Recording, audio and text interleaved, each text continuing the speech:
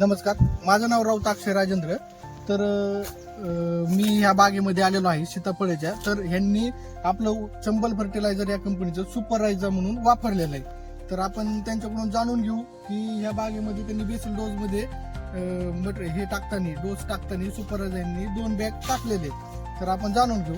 नमस्कार मामा. नमस्कार, मी जयराम विठ्ठल नवसरे, राहणार नवसरवाडी, तालुका कर्जत, जिल्हा अहमदनगर.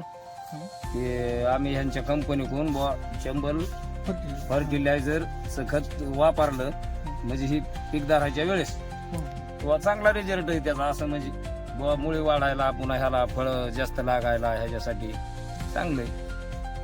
तर तुम्ही हे बेसल डोस मध्ये तुम्ही हे केलं, म्हणजे सुपररायझर वगैरे 2 तुम्ही पिशव्या टाकल्या 4-4 किलोच्या. तर तुम्हाला काय फरक दिसतोय बा? म्हणजे काय काय काय नाही पाहिजे अशी कळी जास्त लागणं, कुठं काय बुवा, असं कळी जास्त लागते पिकाला, थोडं बुवा फरक होतोय. असं म्हणजे जास्त त्याच्यानंतर फळ लागल्याच्या नंतर काय म्हणजे फळ पोसायला ह्याला बुवा चांगलं आहे. असं मदत झाली आणि फळ पोसाय वगैरे नाही झाली, नाही गळ नाही, काय नाही, काय नाही, वगैरे नाही झाली, काय फळ नाही. पोसाय ह्याला चांगलं आहे. हो.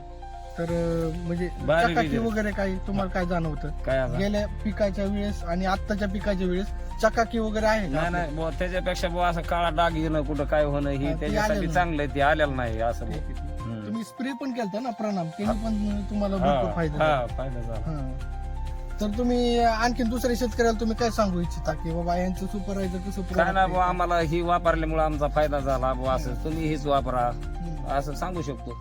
ठीक आहे, ठीक आहे. तर आता तुम्ही पाहिलं ह्या शेतकऱ्यांनी चांगलं मार्गदर्शन आपल्याला केलं. हम्म. तर हे तुम्ही चकाकी वगैरे तुम्ही हे बघू शकता हा. की चकाकी वगैरे आहे आणि मुळकूज वगैरे होत नाही आणि गळ कमी राहते, म्हणजे फळगळ वगैरे होत नाही, काही नाही, आणि हाईट पण चांगली.